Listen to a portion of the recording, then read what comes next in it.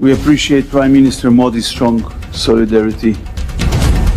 सातों मुस्लिम देश इसराइल को अपनी ताकत दिखाने के लिए एकजुट हो गए हैं, लेकिन इसराइल ने बता दिया है कि उसे मुकाबला करने के लिए 7 देशों की जरूरत नहीं है, उसके लिए सिर्फ भारत ही काफी है। तभी तो इसराइल ने भारत में बैठकर ऐलान किया है कि वो भारत का एहसान कभी नहीं भूलेगा।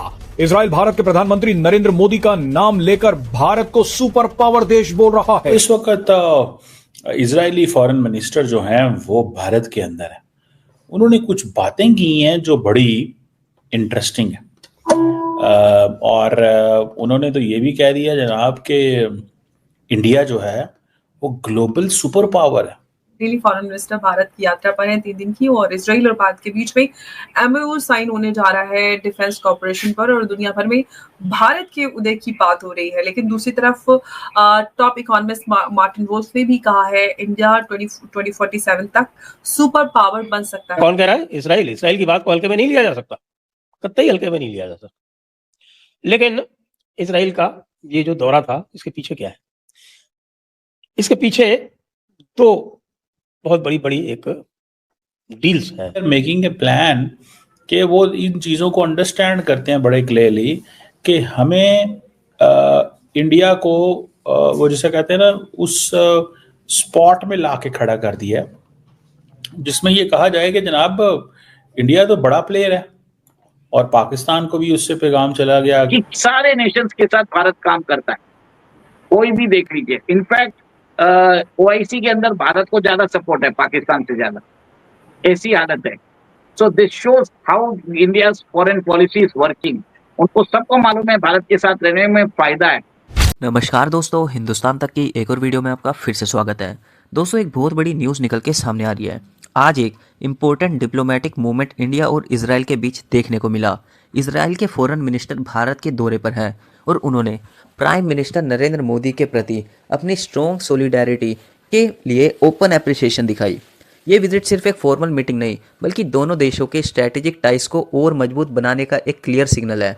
फॉरेन मिनिस्टर ने कहा, हम अप्रिशिएट करते हैं प्राइम मिनिस्टर नरेंद्र मोदी की स्ट्रॉन्ग सॉलिडेरिटी को और इजराइल के लिए उनके सपोर्ट को। उन्होंने ये भी ऐड किया कि इंडिया और इजराइल के रिलेशंस सिर्फ पॉलिटिकल नहीं, बल्कि एक डीप फ्रेंडशिप पर बेस्ड है, एक ऐसी फ्रेंडशिप जो ट्रस्ट और शेयर्ड वैल्यूज से बनी है। दोस्तों, जैसा कि हम सब जानते हैं, पिछले कुछ महीनों से मिडल ईस्ट के हालात टेंस है, और उसके बीच इंडिया के बैलेंस स्टैंड वर्ल्ड स्टेज पर काफ़ी नोटिस में आया।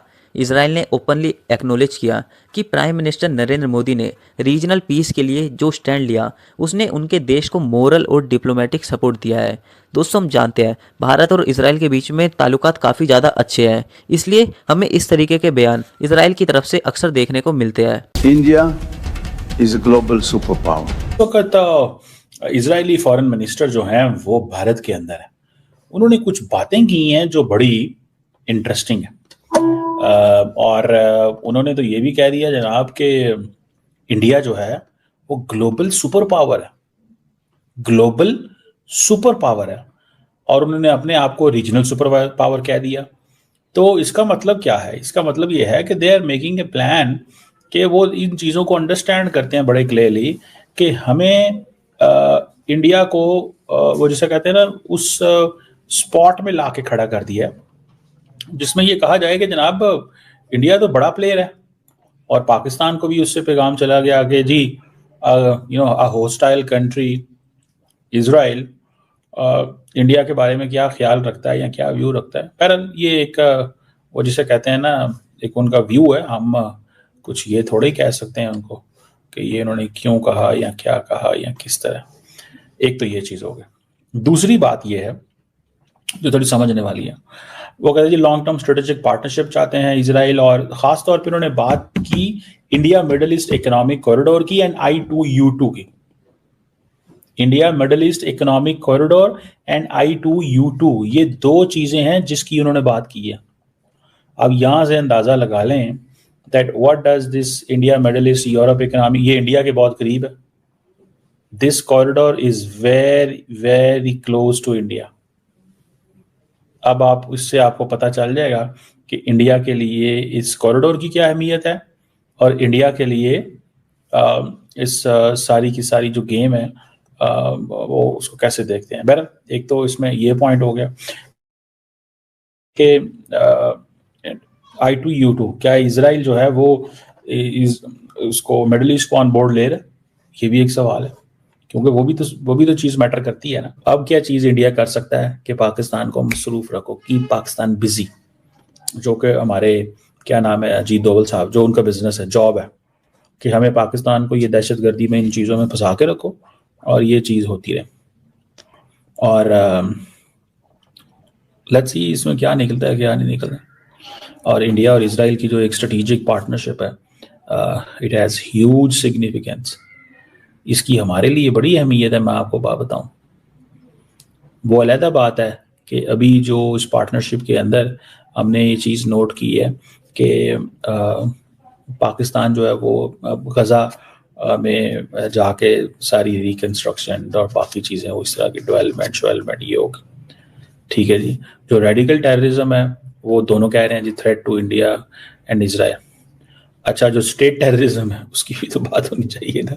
अच्छा, ये लोग भी बात करते हैं, कहते हैं यार रेडिकल टेररिज्म तो हो गई, ठीक है, सब दहशतगर्द। स्टेट टेररिज्म क्या होता है? अच्छा, इंडिया की फिर वो तारीफें कहते हैं जी ये लार्जेस्ट डेमोक्रेसी है, फास्टेस्ट ग्रोइंग इकोनॉमी है, ग्लोबल सुपर पावर। अब ये चीज़ें जो हैं और फिर दूसरी ये भी है कि जब वो कहते हैं जी कि 7 अक्टूबर का वाक़या हुआ तो मोदी साहब फर्स्ट लीडर था जिसने नेतन्याहू को कॉल की थी, हम इसको कभी नहीं भूलेंगे। और फिर वो कई लोगों का तो ये कहना है कि भाई इन्होंने तो पैसे पूसे भी दिए, सब कुछ दिया इंडिया ने। हमारे वो मेजर गौरव आर्य साहब है। इजराइल ने इंडिया को ग्लोबल सुपर पावर कहा है। इजरायली फॉरेन मिनिस्टर भारत की यात्रा पर हैं 3 दिन की, और इजराइल और भारत के बीच में एमओयू साइन होने जा रहा है डिफेंस कॉर्पोरेशन पर, और दुनिया भर में भारत के उदय की बात हो रही है। लेकिन दूसरी तरफ टॉप इकोनॉमिस्ट मार्टिन वोल्फ ने भी कहा है इंडिया 2047 तक सुपर पावर बन सकता है अगर अपनी ग्रोथ को 4.8 से बढ़ाकर 7.5% करे। और यही कई सारे सवाल हैं कि भारत की जो ये कहानी है या भारत की जो ट्रेजेक्ट्री है उस पर हम जो सुपर पावर की हम बात कर रहे हैं इसको लेकर हम आज की चर्चा रखेंगे। और उमेश जी हमारे साथ हैं। उमेश जी, बहुत बहुत स्वागत है आपका। जय हिंद, नमस्कार। जय सिया राम अंबर जी। जय सिया राम उमेश जी। उमेश जी, इजराइल ने भारत को सुपर पावर बोला, ग्लोबल सुपर पावर। किस तरह से आप इसको देख रहे हैं, कैसे इसको डिकोड किया जाना चाहिए? अंबर जी, वो स्लाइड्स भी लगा दीजिए जो अच्छा रहेगा, तो हमारे दर्शक रिलेट कर पाएंगे। देखिए, सबसे पहले तो आप ये देखिए कि global super power, Israel calls India global super power. Israel के जो प्रधानमंत्री है वो अगले महीने भारत आने वाले हैं, और अगले ही महीने व्लादिमीर पुतिन भी आ रहे हैं। Bharat next year BRICS summit host करने वाला है।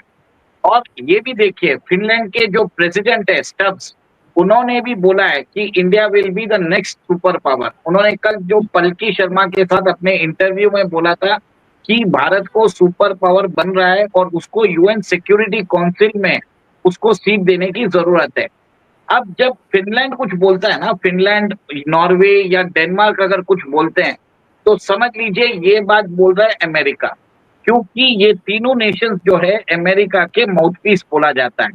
उसके बाद माइक केनेडी ने तो डायरेक्टली बोल दिया कि हम अपनी टाइस इंडिया के साथ इंप्रूव करना चाहते हैं, और यूएस के साथ हमारा जो टाइस है हम डिपेंडेंस कम करना चाहते हैं।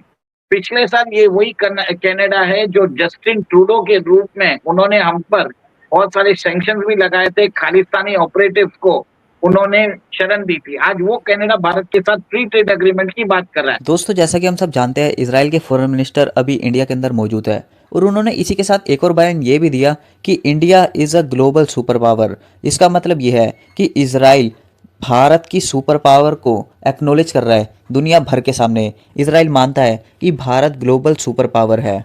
इस न्यूज़ ने दोस्तों पाकिस्तान के अंदर तहलका मचा दिया है, क्योंकि पाकिस्तान कभी भी मानने को तैयार नहीं होता कि उनका पड़ोसी देश भारत सुपर पावर है। वो खुद को हमेशा भारत से ऊपर समझता है, लेकिन इजराइल जैसे देश ने जब भारत की तारीफ कर दी तो पाक में भाई तहलका मच गया है।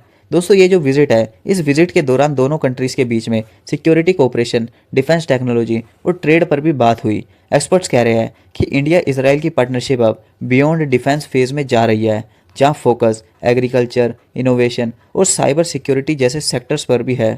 इसका मतलब ये है दोस्तों कि हम ये भी कह सकते हैं कि ये विजिट सिर्फ एक मीटिंग नहीं थी, बल्कि एक मैसेज था दोस्ती, ट्रस्ट और शेयर वैल्यूज़ का। आपको वीडियो कैसी लगी? अगर वीडियो अच्छी लगी तो चैनल को जरूर सब्सक्राइब करें। मिलते हैं हिंदुस्तान तक की अगली वीडियो में, तब तक के लिए धन्यवाद। जय हिंद।